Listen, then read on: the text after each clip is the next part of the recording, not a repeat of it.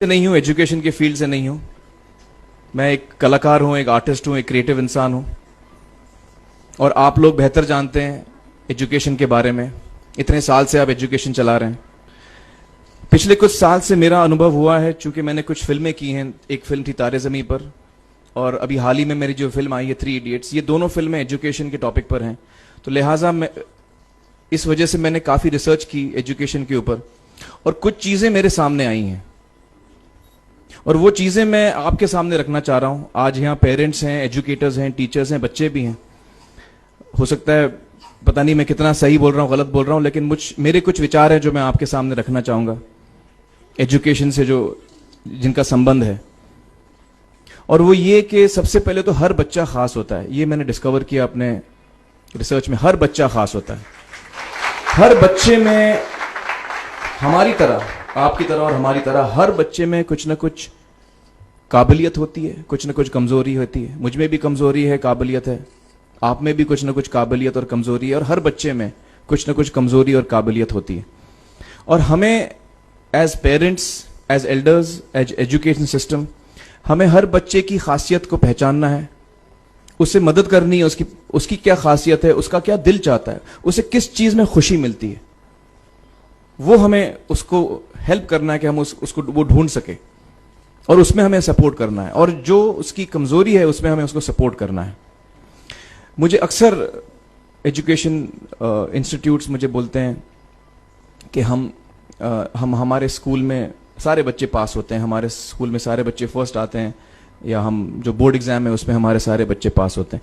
मुझे एक सवाल पूछना है कि हमारे कितने बच्चे खुश हैं? सबसे बड़ा सवाल मेरा ये है, how many of our children are happy?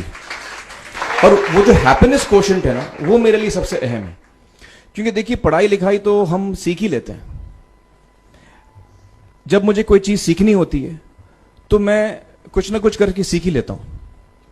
हमारी फिल्म 3 इडियट्स जब रिलीज होने वाली थी, रिलीज से पहले हमने कई स्क्रीनिंग्स रखे थे, टेस्ट स्क्रीनिंग जिसको हम कहते हैं, जिसमें कि हम ऑडियंस, जैसे आप लोग हैं, उनको बुलाते हैं, फिल्म दिखाते हैं, उनसे पूछते हैं कि फिल्म कैसी लगी।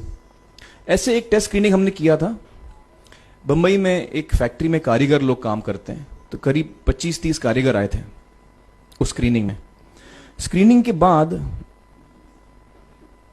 उनका एक कारीगर था, उसने मुझसे एक सवाल पूछा।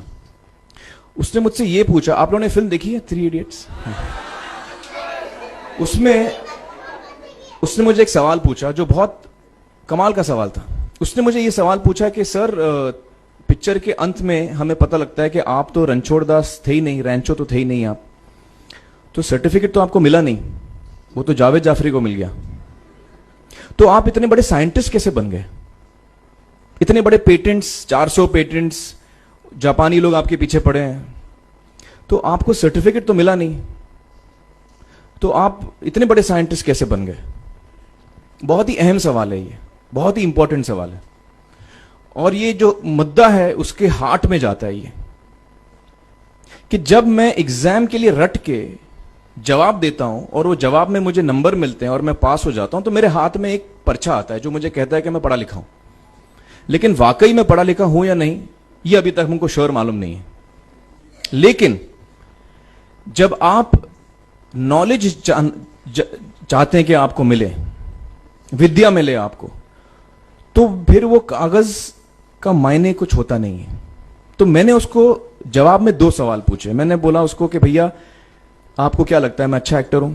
उसने बोला हाँ, देश भर में आप सब लोग मानते हैं आपको, आप अच्छे एक्टर हैं। मैंने उससे कहा कि भैया, मेरे पास कोई सर्टिफिकेट नहीं है जो कहता है कि मैं अच्छा एक्टर हूं। मेरे पास कोई कागज नहीं है जो मुझे बोलता है कि मैं अच्छा एक्टर हूं। मैंने फिर उससे एक सवाल पूछा कि मैंने सुना आप बहुत अच्छे कटर हैं, आपके जो बॉस मुझे बताते हैं कि आप उनके मेन कटर हैं और आपकी बड़ी इज्जत करते हैं वो। आपके पास कोई पर्चा है, सर्टिफिकेट है जो मुझे बताता है कि आप कटर हो? उसने बोला नहीं सर। तो मैंने बोला आपका जवाब आपको इधर ही मिल गया। Education is beyond marks, education is beyond grades, education is what you learn. और मेरी इच्छा है कि हिंदुस्तान में हम एजुकेशन को इस नजरिए से देखें कि हम अपने बच्चों को वाकई शिक्षा दें। और शिक्षा हम खुशी से दें, क्योंकि शिक्षा में सिर्फ ज्ञान नहीं होता, शिक्षा में एक और चीज मिली हुई होती है, वो ये है कि हम अपने बच्चों को डेवलप करते हैं एज ह्यूमन बींग्स।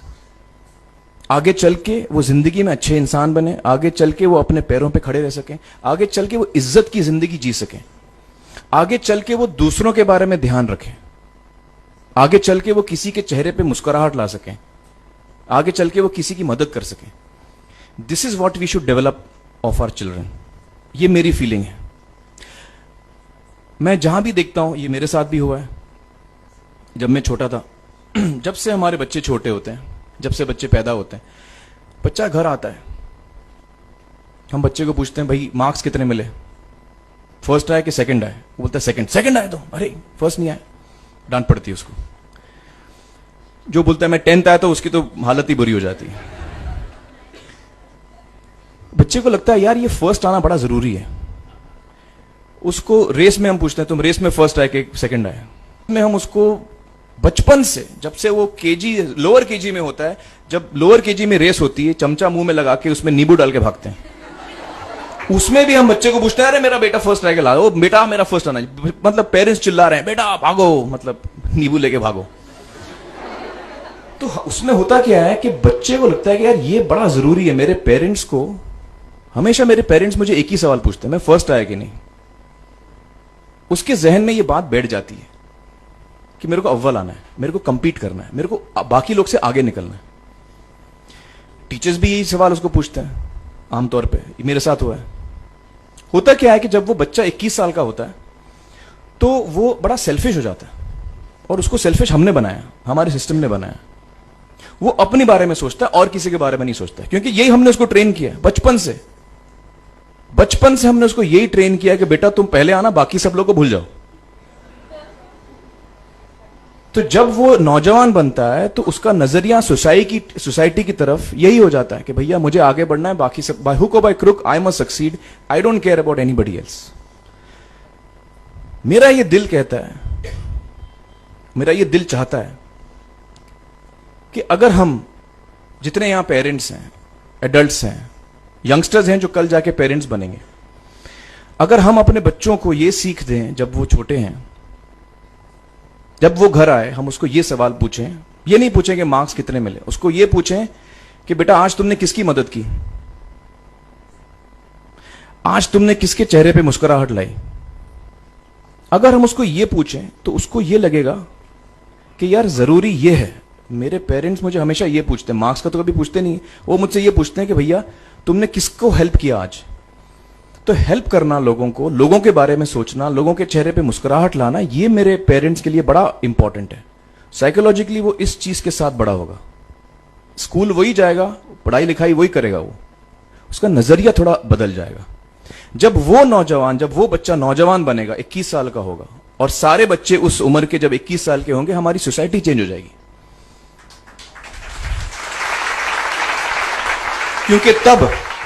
क्योंकि तब हमारी सोसाइटी में ऐसे नौजवान होंगे जो खुद के बारे में नहीं सोच रहे, दूसरों के बारे में सोच रहे हैं। तो मुझे लगता है कि सबसे बड़ी चीज जो हमारे एजुकेशन सिस्टम में मैं देखना चाहूंगा, जो मैंने अपने स्कूल लाइफ में नहीं देखी, कि हमको ये अहमियत इस पे दी जा रही है कि हम अपने आसपास के बच्चों को कितना हेल्प कर रहे हैं। ये एक बहुत बड़ी तब्दीली अगर आ जाए तो मुझे लगता है कि हमारा देश बहुत सुधर सकता है, बहुत बदल सकता है।